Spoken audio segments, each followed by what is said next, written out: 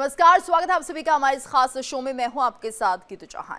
बिहार में चुनावी बिसात बिछ चुकी है, लेकिन सियासी पारा सिर्फ भाषणों से नहीं, अब बयानों की बमबारी से भी चढ़ने लगा है। बीजेपी के फायर ब्रांड नेता संगीत सोम ने एक बार फिर विवादों को हवा दे दी है और इस बार निशाने पर है बुर्का। जी हां, बिहार चुनाव के बीच संगीत सोम ने बड़ा बयान दे डाला है और सियासी भूचाल ला दिया है। संगीत सोम ने कहा कि बुर्के की आड़ में आतंकवाद और फर्जीवाड़ा दोनों होते हैं और उन्होंने चुनाव आयोग से मांग की है कि बुर्के वाली महिलाओं का चेहरा हटाकर वोटिंग कराई जाए। आगे सोम ने कहा कि इस बात पर तेजस्वी, अखिलेश और राहुल गांधी आंदोलन कर देंगे कि कंट्रोवर्सी है।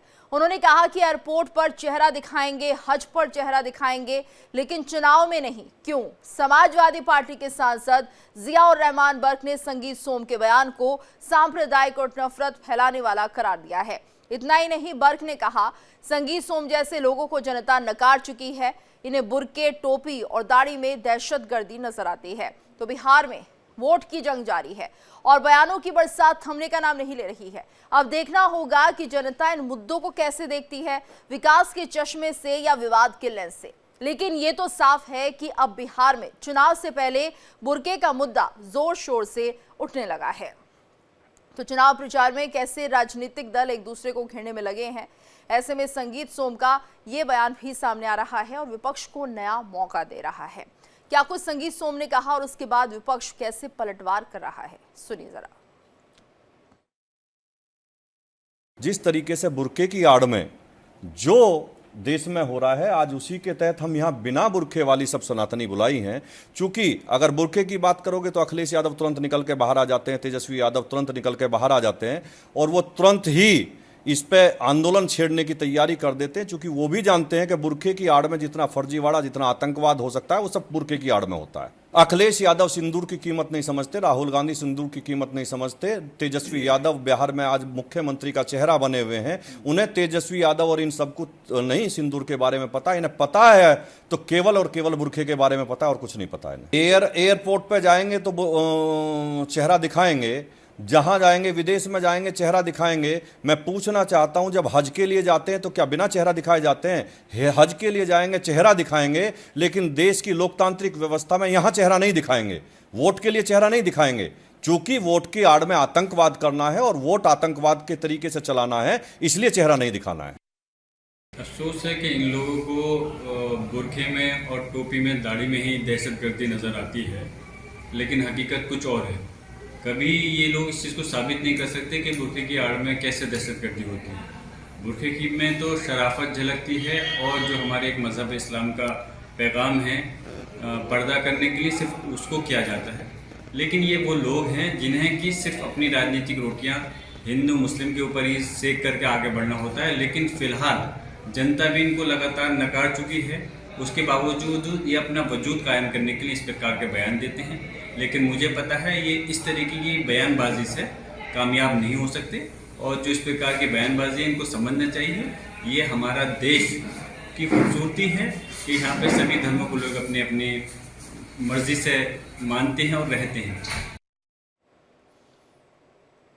तो देखिए, बुर्के को लेकर सियासी बवाल छिड़ गया है और यहाँ पर बीजेपी के नेता संगीत सोम ये कहते हुए नजर आ रहे हैं कि जब चुनाव का ये लोकतांत्रिक पर्व मनाया जाता है उस वक्त सभी बुर्के में जाते हैं और यहाँ पर एक व्यवस्था ऐसी होनी चाहिए कि बुर्का भी चेक किया जाए, यानी कौन जा रहा है अंदर वोट करने के लिए, इस बात की भी जांच होनी चाहिए। हालांकि इसको लेकर जिस तरह से जियाउर रहमान बर्क ने विरोध भी जता दिया है और कह दिया है कि जिस तरह की ये बातें संगीत सोम कर रहे हैं वो नफरत फैलाने वाली बातें हैं और ऐसे में यहाँ पर सवाल अब उठने लगे हैं कि आखिर किस तरह से इस बयान को देखा जाएगा, कि वाकई नफरत फैलाने वाला बयान है या फिर ये मानिए कि जिस तरह से चुनाव हो रहा है और उसमें वोटर्स जो बुर्का पहनकर जाती हैं उनको लेकर ये कहा जा रहा है कि कम से कम वो अपना चेहरा दिखाएं तो पता चल पाए कि अंदर वोटिंग जो करने जा रहा है वो कौन है।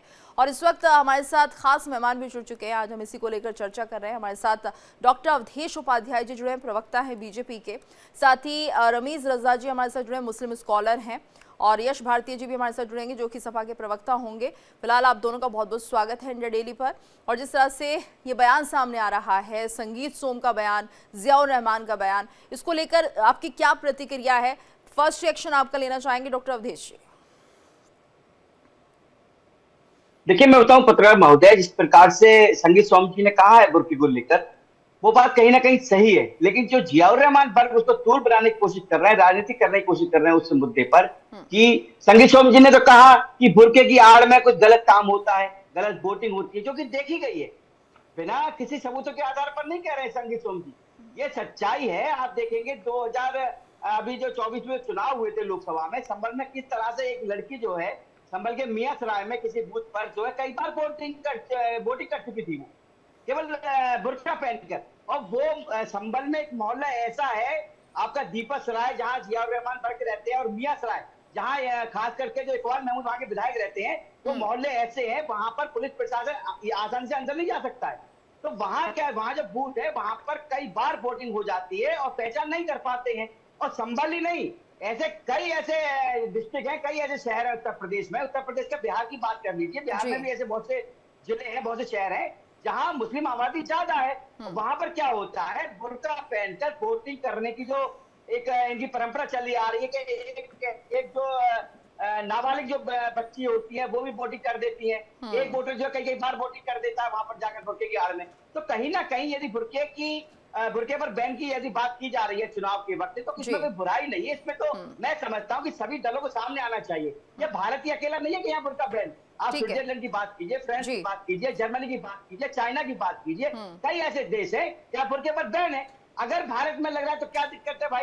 ये तो एक तरफ तो आप कहते संविधान की तरफ से चलेंगे हम, भारतीय संविधान हमारे लिए सर्वोपरि है, चलिए ठीक है। यानी कि बुर्का पहनकर जब आते हैं तो फर्जी वोटिंग होने का डर रहता है, ये आप कह रहे हैं। रमीज रजा जी से भी रिएक्शन ले लेते हैं। सर क्या कहेंगे रमीज जी, ये संभावनाएं तो हैं कि ऐसा हो सकता है और ऐसा होता भी है? तो पहले तो आपका शुक्रिया, लेकिन मैं सिर्फ आपका 1 मिनट लूंगा और मैं कोशिश करूंगा कि आप मुझे टोकें या नहीं।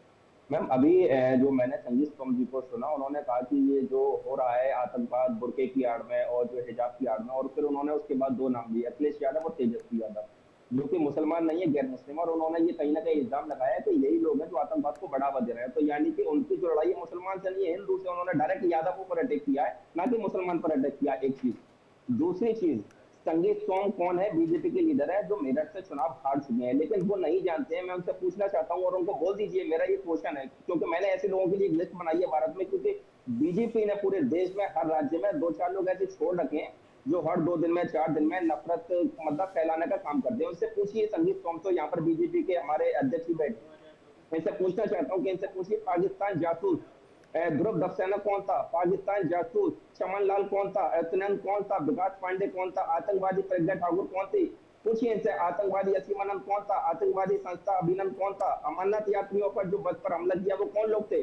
इनसे पूछिए। पाकिस्तान जासूस मनुष्य कौन था? पाकिस्तान जासूस रमेश जी, प्रज्ञा ठाकुर को बरी कर दिया गया है, आतंकियों की लिस्ट में जो डाला था उन्हें बरी कर दिया है कोर्ट ने।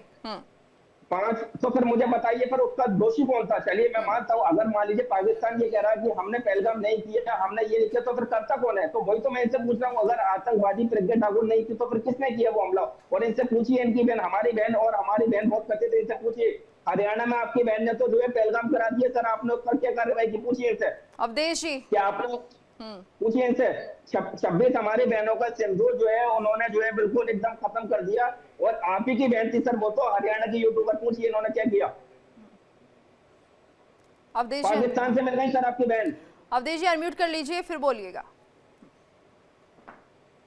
जी गीतू जी, आवाज आ रही है? जी आवाज आ रही, बताइए। हाँ सर, आपकी जी देखिए रमीश जी, पहले आप अपना ज्ञानवर्धन कीजिए। प्रज्ञा ठाकुर को गलत तरीके से फंसाने वाले आप जैसे लोग ही थे, कोई और नहीं था।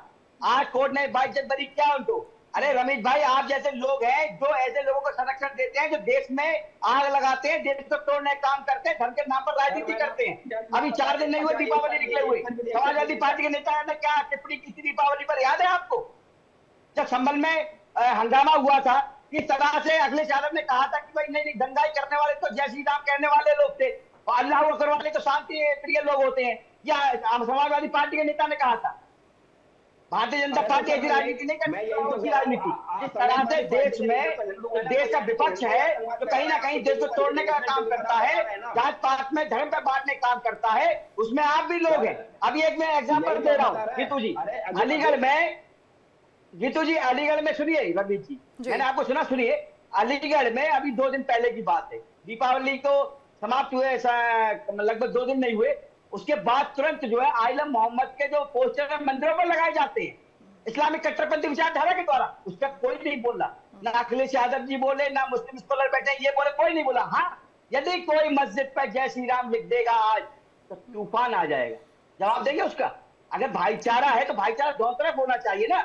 यदि मंदिर पे आप आई लव मोहम्मद लिख सकते हो तो कोई व्यक्ति अगर मस्जिद ठीक पे है। जय श्री राम लिखेगा जी रमेश जी, ये संभावनाएं है कि कोई मस्जिद पर यही स्लोगन लिख दे, जय श्री राम का नारा लिख दे कोई, फिर प्रतिक्रिया नहीं आएगी? तूफान उठ जाएगा देश देखिए, भाई, मैं ये कहीं समझता हूँ गंगा जमनी तहजीब नहीं रहेगी। कि अगर कोई मस्जिद पर जय श्री राम लिख रहा है या फिर मंदिर पर अल्लाह अकबर रख रहा है, मैं इसके खिलाफ हूँ। क्योंकि इससे क्या है, हो सकता है कि मैं इसको एक्सेप्ट कर लूँ, वहाँ पे एक्सेप्ट कर ले, लेकिन समाज एक्सेप्ट नहीं करेगा। और हम भारत के लोग हैं, हमें भारत के संविधान पे चलना चाहिए, हमें एक दूसरे की आस्था का सम्मान करना चाहिए। लेकिन मैं पूछ रहा हूँ कि संजय स्वामी ने जो अखिलेश यादव और तेजस्वी यादव पर जो आतंकवाद को बढ़ावा देने का जो एक तरीके से पूरा उन्होंने इल्जाम लगाया है, तो मैं फर्जीवाड़ा भी का है। तो हिंदू में जी ठीक है, वो गलत बयान है कि आतंकवादी आप हर किसी को नहीं कह सकते बुर्के के नीचे, लेकिन फर्जीवाड़े का बयान भी लगाया है, आरोप लगाया कि देखिए जिस तरह से वो कह रहे हैं चुनाव में फर्जीवाड़ा हो सकता है बुर्का पहनने के जरिए, अगर उसकी पहचान आप करा सकते हैं, वहां पे कोई महिला भी अगर मौजूद होगी तो ये संभव हो सकता है, उसमें कोई ऐतराज तो नहीं होना चाहिए ना आपको?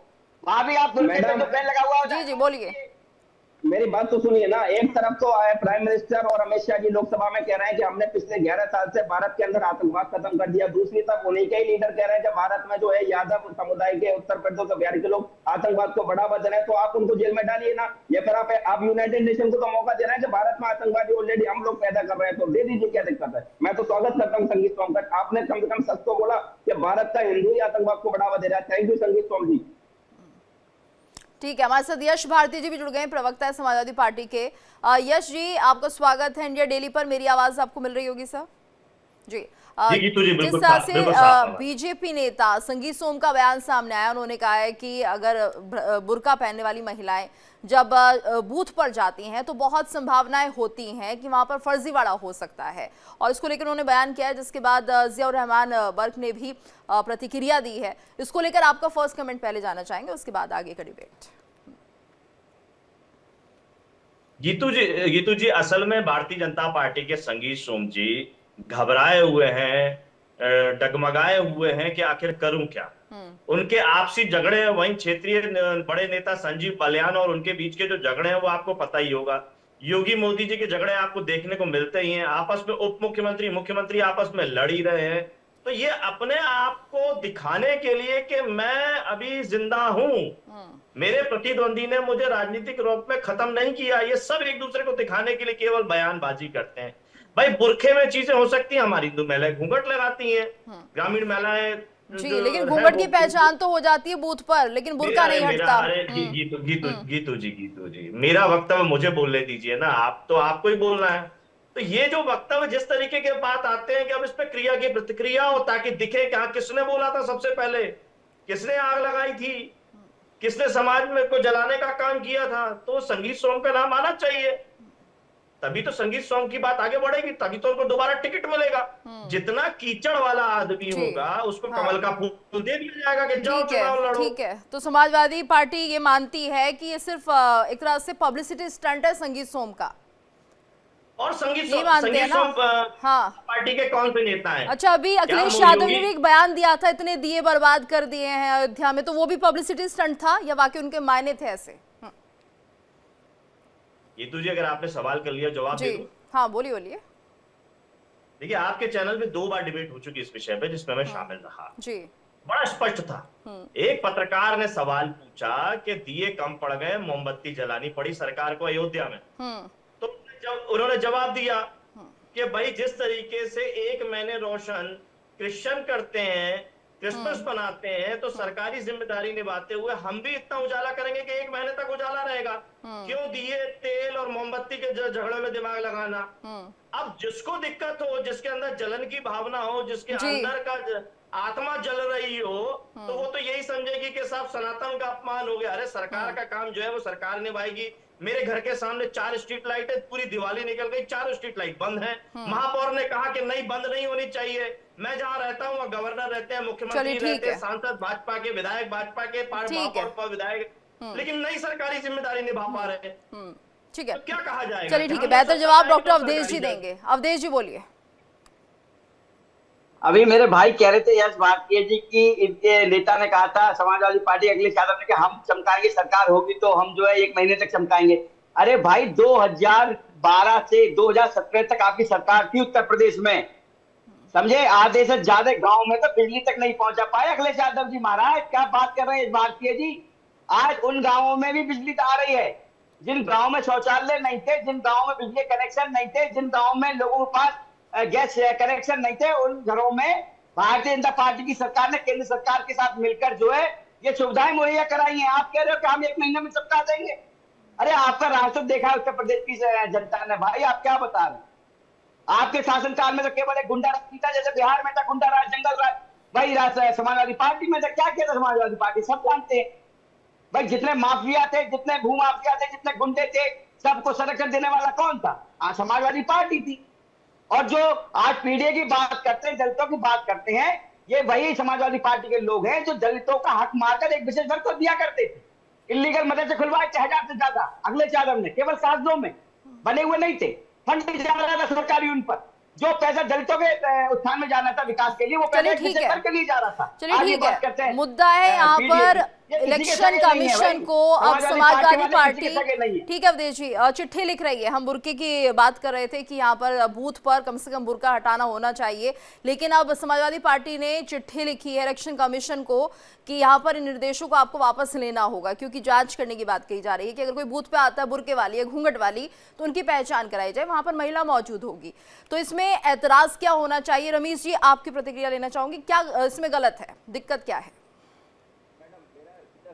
हमारे जो बीजेपी के प्रवक्ता हैं उनसे ये है कि पिछले 11 साल में भारत की पार्लियामेंट में, लोकसभा में अमित शाह जी, प्राइम मिनिस्टर ये बता रहे हैं पूरे देश को, पूरे विश्व को, भारत में आतंकवाद पूरी तरह से खत्म हो चुका है। भाई दूसरी तरफ इनके ही बीजेपी के नेता जो कि मेरठ से हैं, वो ये कह रहे हैं कि आतंकवाद तो अभी है, और फिर उन्होंने 2 नाम लिए, अखिलेश यादव और तेजस्वी यादव। एक तरफ बीजेपी कहती है कि हिंदू आतंकवाद नहीं हो सकता है, दूसरी तरफ वो इल्जाम भी लगा रहे हैं कि ये जो 2 लोग हैं ये आतंकवाद को जो है बढ़ावा दे रहे हैं। तो या तो वो यादवों को हिंदू नहीं मानते हैं, या फिर वो दूसरी तरफ ये कहना चाह रहे हैं कि नहीं हिंदू ही आतंकवाद को बढ़ावा दे रहा है। तो मैं ये कहना चाहता हूँ कि पूरी बीजेपी एक बार बैठ जाए, बोलिए।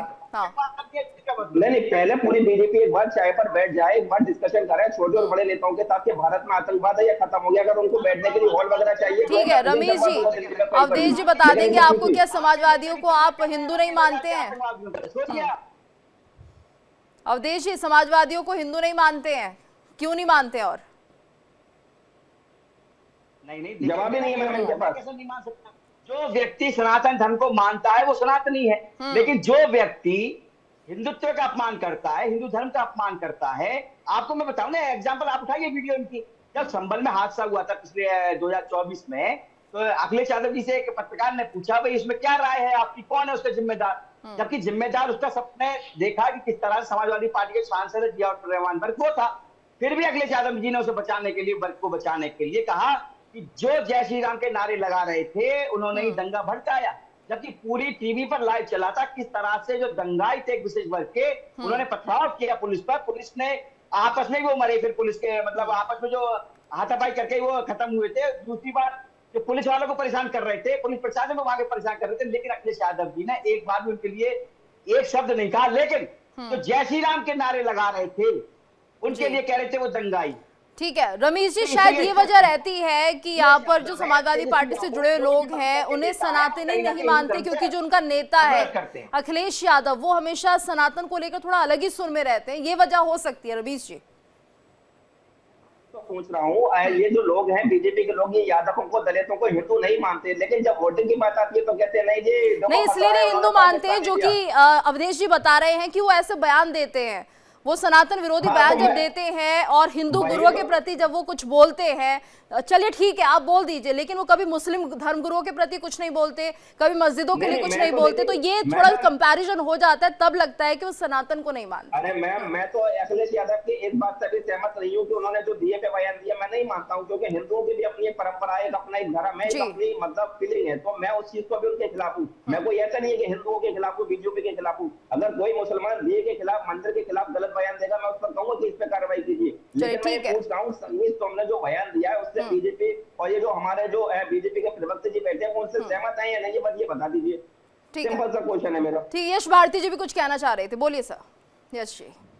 गीतू जी, जब मैंने कोई सवाल उठाया, आपने मुझसे जवाब मांगे, मैंने जवाब दिए। आपने उन बातों का जवाब डॉक्टर अवधेश जी से पूछा कि भारतीय जनता पार्टी का पक्ष क्या है, और उन्होंने एक भी जवाब नहीं दिया, एक सिंगल लाइन उस बातों पे जवाब नहीं दिया, और अनर्गल बातें करने लगे।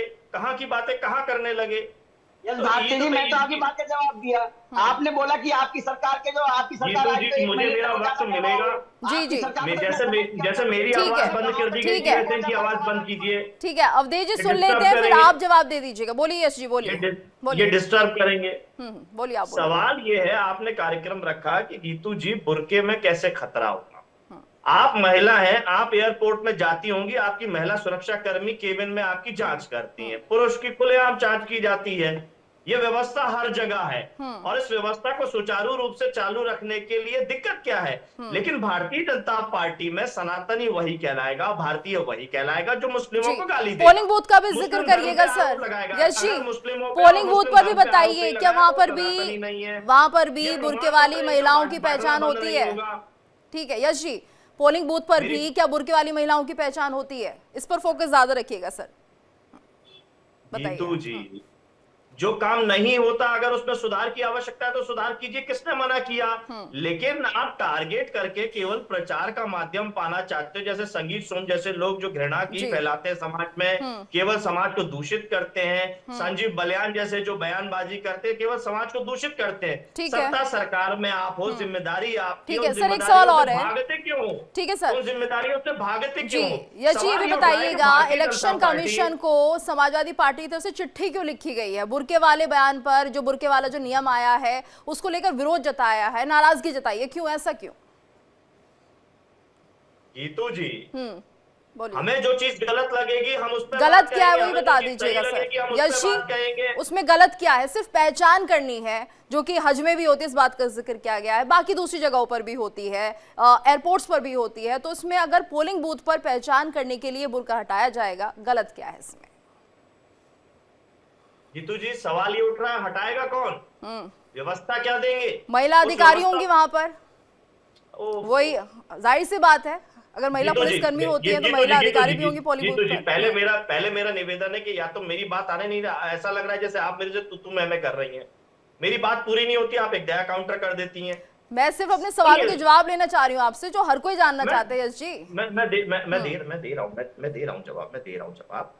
मैं ये जानना चाहता हूँ कि अभी जो उत्तर प्रदेश में उपचुनाव हुए, उसमें रात में समाजवादी पार्टी की मांग से जो नियम पहले से था उसके लिए दोबारा नोटिफिकेशन जारी किया चुनाव आयोग ने कि पुलिस किसी तरीके का पहचान पत्र नहीं देखेगी, कोई पहचान पत्र की पहचान की आवश्यकता पुलिस को नहीं है, वो चुनाव अधिकारी करेंगे जिनकी चुनाव में ड्यूटी लगी हुई है। फिर भी पुलिस ने पहचान पत्र देखे, लोगों को पोलिंग बूथ से जाने से पहले रोक करके पहचान पत्र देखे। ये क्या काम पुलिस का था? यह अव्यवस्था थी? कितनों पे कार्रवाई हुई? कितनों को दंडित किया गया जिन्होंने चुनाव आयोग के नियमों की धज्जियां उड़ा दी? 24 घंटे भी नहीं हुए, 12 घंटे रात में जारी हुआ, सुबह 12 घंटे में ही पुलिस ने धज्जियां उड़ा दी। कितनों पे कार्रवाई हुई? ठीक है सर, चलिए जब महिलाओं जल्दी से बात रखिए। गोली दिखा करके महिलाओं को, जो संबल की अभी बात कर रहे थे, बंदूक दिखा करके संबल में महिलाओं को रोका गया, कितनी कार्रवाई हुई? उस कब रोका गया था? उसको तो इनाम देने का काम किया गया संबल में। जी ठीक है, किसको इनाम मिला था सर? वोटर पे बंदूक दिखा रहा हो जी, उसको इनाम देने का काम भारतीय जनता पार्टी कर रही है। उस पुलिस अधिकारी के पीछे अवधेश जी, सर समय कम है, अवधेश जी का भी रिएक्शन लेना चाहूंगी। आपने जो ये आरोप लगाए हैं ना, इनका जवाब देंगे अवधेश जी, बोलिए। यस भारतीय जी, हमारे इतने सीधे भूल जाते, मैं क्या कह रहा हूँ क्या कहने जा रहा हूँ। अपनी चित अपनी पट वाला हिसाब। जब चुनाव आयोग, जब हमारा प्रशासन जब चेकिंग करता है किसी बूथ पर, अगर कोई फेक वोटर पकड़ा जाता है, उस पर कार्रवाई की जाती है, सबसे पहले जो प्रतिक्रिया आती है वो समाजवादी पार्टी के नेताओं की आती है, अरे वो बूथ पे गलत काम हो रहा है, प्रशासन वोटिंग नहीं करने दे रहा। अगर नहीं होता है तो कहते प्रशासन क्या कर रहा है। अरे भाई आप तय तो कर लीजिए, आपको कहना क्या है, क्या करना है, क्या नहीं करना। आप तो अपनी बातों में फंस जाते पूरी तरह से। ठीक है गीतू जी, सच्चाई ये है, चाहे घूंघट में कोई आए या बुर्के में, ये दोनों ही बंद होने चाहिए। घूंघट तो देखो चेक हो जाता है, घूंघट में कोई बड़ी बात नहीं है, लेकिन बुर्का जो पूरा पैक होकर आता है, मैंने बताया ना, संबल में 2024 में एक बच्ची ने 8 वोट डाले, 8 बार। अच्छा दीपा सराय के ऐसा मोहल्ला है संबल का, किसी से पूछ लीजिए आप, आपका वहाँ पत्रकार होगा, कोई रिपोर्टर होगा ग्राउंड पे, उससे पूछिएगा कि दीपक राय का ऐसा मोहल्ला है, वहां प्रशासन भी जाने से पहले डरता था, अब तो क्या खुलेआम जाता है, खुलेआम वहां पे तोड़ाफोड़ी हो रही है, जो अवैध निर्माण है। ठीक है, पहले एक ये माहौल था वहां का, समाजवादी पार्टी की सरकार रही हो, बीएसपी की रही हो, किसी और की रही हो, तब ये हाल थी वहां पर कि वहां पर कोई प्रशासन अंदर नहीं जा सकता था बिना परमिशन के, डॉक्टर वर्ग के। ये हालात थे दीपक राय मोहल्ले या मियां सराय की बात कीजिए आप, ऐसे मोहल्ले बहुत है, बहुत सारे शहर उत्तर प्रदेश में हैं। ठीक है, तो यदि बुर्के पर बैन की बात चल रही है इलेक्शन में, इलेक्शन कमीशन अगर कोई कार्रवाई करे तो मैं समझता हूँ किसी को बुराई नहीं माननी चाहिए। पहले रमीज रजा जी की बात सुन लेते हैं, फिर यश जी आप अपनी बात रखिएगा, बहुत कम समय, जल्दी जल्दी। रमीज जी। मैडम, अवधेश जी यहाँ बैठकर नेशनल टीवी पर बैठकर बता रहे हैं कि संभल में एक महिला ने 8 वोट डाले, यानी कि ये बिल्कुल पूरी तरह से सुनिश्चित हो चुका है कि भारत में जो इलेक्शन कमीशन है वो पूरी तरीके से फेलियर साबित हुआ है। तो वही तो राहुल गांधी जी कह रहे हैं कि भाई आप लोग वोट चोरी कर रहे हो, वोट किसको मिल रहा है किसको नहीं मिल रहा है वो एक अलग मैटर है, लेकिन आप ये एक्सेप्ट कर रहे हैं कि एक इंसान 8 वोट डाल सकता है। तो सर वही तो हम बता रहे हैं कि पूरे देश के लोगों के साथ जो वोटर है रोक हो रहा है। इलेक्शन कमीशन का काम है कि इलेक्शन पर फोकस करे, ना कि कमीशन पर फोकस करे। तो मैं तो सर आपका शुक्रिया अदा करता हूँ कि आपने कम से कम आज सच बोला। मैं आपको सैल्यूट करता हूं सर कि आपने सीधा सीधा चुनाव आयोग पर ही मतलब इल्जाम लगाया। Thank you sir. अच्छा रमेश जी, इससे पहले भी चुनाव आयोग काम करता था, तब सही करता था जब आप लोग जीतते थे, जब कांग्रेस जीतती थी, जब समाजवादी पार्टी बीएसपी जीतती थी, सत्ता में आती थी, तब ठीक था इलेक्शन कमीशन। मैं कह रहा हूँ अगर यहाँ पर चाहे सपा जीते, चाहे बंगाल में टीएमसी जीते, चाहे कोई भी जीते, लेकिन यहाँ पर बीजेपी के प्रवक्ता को मैं सैल्यूट करता हूँ। नहीं, कार्य प्रणाली इलेक्शन कमीशन की तो वही रही होगी, बदलाव तो हुए नहीं होंगे अब जी। अब आप उनको सही मानिए, देखिए अब आप उनको गलत मत ठहराइए। मैं उनका शुक्रिया अदा करता हूँ कि उन्होंने कम से कम। ठीक है, यश जी को समय दे रही हूँ थोड़ा सा, वो अपनी बात रखेंगे। जी यश जी बोलिए।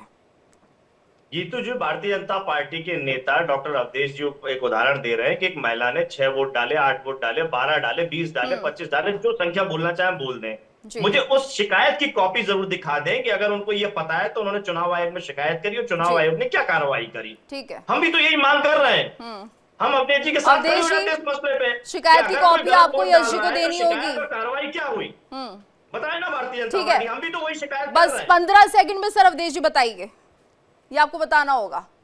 जीतू जी देखिए, ऐसा है जब 2014 में लड़की, वो अकेली नहीं और जगह भी कई लड़कियां ऐसे पकड़ी गई जो कई बार रिपीट वोट डालने आई थी। नहीं, कार्रवाई क्या हुई? इलेक्शन कमीशन को आपने शिकायत की, कार्रवाई हुई ना, कार्रवाई हुई, प्रशासन ने उसको पकड़ा, उसको कार्रवाई की गई। लेकिन जब कार्रवाई की जाती है, वही तो मैं कह रहा हूँ जीतू जी, जब ऐसे लोगों पर कार्रवाई की जाती है। चलिए ठीक है सर, समय इतना ही है, समय इतना ही है, और इस मामले पर सियासत नहीं होनी चाहिए, तरह तरह की बयानबाजी हो रही है, उस पर रोक लगनी चाहिए और इलेक्शन कमीशन को भी ये जिम्मेदारी संभालनी चाहिए कि इलेक्शन फेयर हो। धन्यवाद करना चाहेंगे आप सभी का हमारे साथ इस चर्चा में जुड़ने के लिए।